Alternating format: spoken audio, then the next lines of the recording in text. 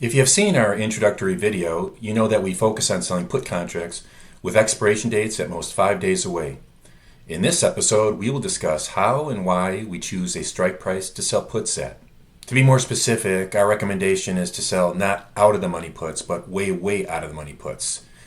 Traders familiar with the Greek options terms know these as low delta puts, so I guess these would be the lowest delta puts. But we will be avoiding Greek terms in favor of familiar, common sense, clear English. We encourage you to resist the temptation of the big at-the-money options pricing. You see a seemingly stable stock at a current price of, let's say, $25 with a week-ending expiration bid price of 35 cents at the $25 strike price. You do the math, an annualized return of about 74%. Sounds great. Then the market drops, say 1.5% during the week, yet your underlying is more susceptible to market swings and falls 3%, giving you an annualized loss of about 84%. Guided by sophisticated options programs, many options traders hope that occasional, highly profitable trades will make up for the many more losing trades. This is especially true when buying or selling calls. This just doesn't pan out in reality. These big gains and losses are not our strategy. Our strategy is better for traders who are risk-averse and prefer long-term, more predictable, and modest investment gains, and is only recently a rewarding alternative because of lower commissions and fees. If you follow our suggestions, you will sell at the lowest strike price possible. In other words, the furthest away from the current price. In addition to less risk, another reason we are willing to accept low bid prices is sometimes you get price improvement on the very lowest bid price options. Instead of a 1 cent fill, you get a 2 cent fill price. Sometimes you get stuck with 1 cent, which is still good, and sometimes you get lucky. Sometimes you get the ask price, even if it's far from the bid price. Let's say if it's 1 cent bid, 4 cent ask, you get the 4 cents. As a put seller, remember you're generally setting your limit based on the bid price as presented by the options exchange. Yet there's room to improve within that bid-ask spread. For several esoteric and increasingly more relevant reasons, sometimes the market works in your favor. Occasionally, you will get incredibly good price improvement, a 1 cent bid and say a 9 cent fill price.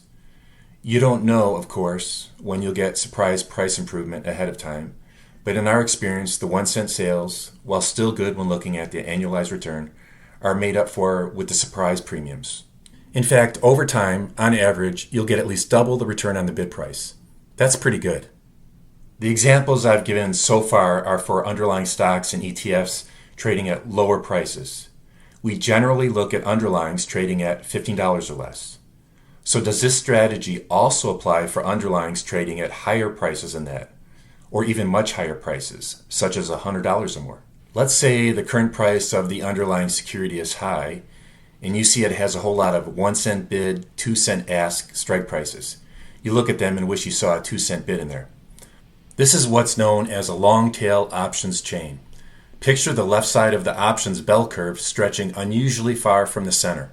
A long tail is tempting because you can sell a put at a strike price far below the current stock price.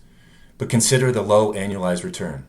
For an underlying stock trading at, say, $150, selling a put for a penny is a waste of your investment funds. So is there ever a good reason to sell puts from one of these long-tail option chains?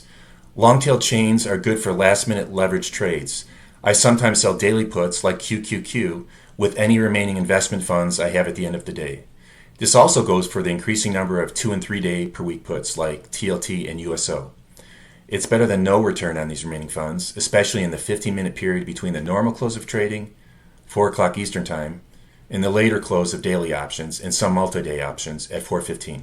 Long-tail trades are also good during more volatile trading weeks when you're reluctant to risk much, or if you can't watch your options positions closely. I happen to think in every situation, even on the craziest days for the market, there are smart and safe trades to be made. The word anomaly is in our name, and the term pricing anomalies is used in our introductory video. So what do we mean by that? Pricing anomalies are a good thing. It's something for you to look for. Some option pricing just doesn't make sense. Here's an example. Let's say the underlying stock is at $20, and you look at the option chain, you see a bid of 0 cents, ask 1 cent at 17 and 16. Then at 15, you see 1 cent bid, 2 cent ask. That shouldn't be there, so take advantage of it. Or, let's say at 18, you see 3 cent bid, 4 cent ask, And then at 17, you see 4-cent bid, 5-cent ask. Again, take advantage of it. A word of caution though.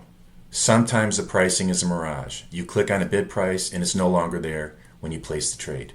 One of my favorite things about options trading is when I clear the bid price. By that I mean, let's say I put in an order to sell 5 put contracts and only 3 go through. That's fine. The bid price goes away and I know I got the best price at the time. Here's another pricing opportunity to look for. Sometimes for a lower price stock, you will see duplicate quotes for consecutive strike prices.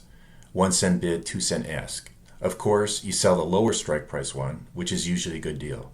That's not really an anomaly, but it stands out. On volatile trading days, or sometimes when I just have a lot of time, I try to sell options at a strike price with a 0-cent bid, maybe even 2 notches away from the closest strike price with a bid price. Sometimes they go through. On Monday mornings, when I'm racing to get through my many planned weekly trades, I usually just sell at the strike price with the lowest price bid, rather than try a 0-cent strike price. To recap our video, choosing a strike price, our basic strategy involves selling way out of the money puts. We usually look for the lowest strike price with a posted bid. What makes our strategy especially successful is price improvement. When you get more for your sale than you set as your limit.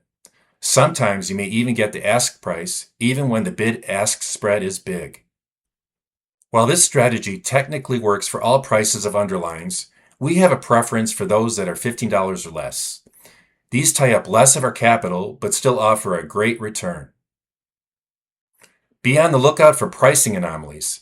Sometimes this system offers up a better deal than should theoretically be available. Make sure you subscribe so you don't miss the many more options trading tips to come.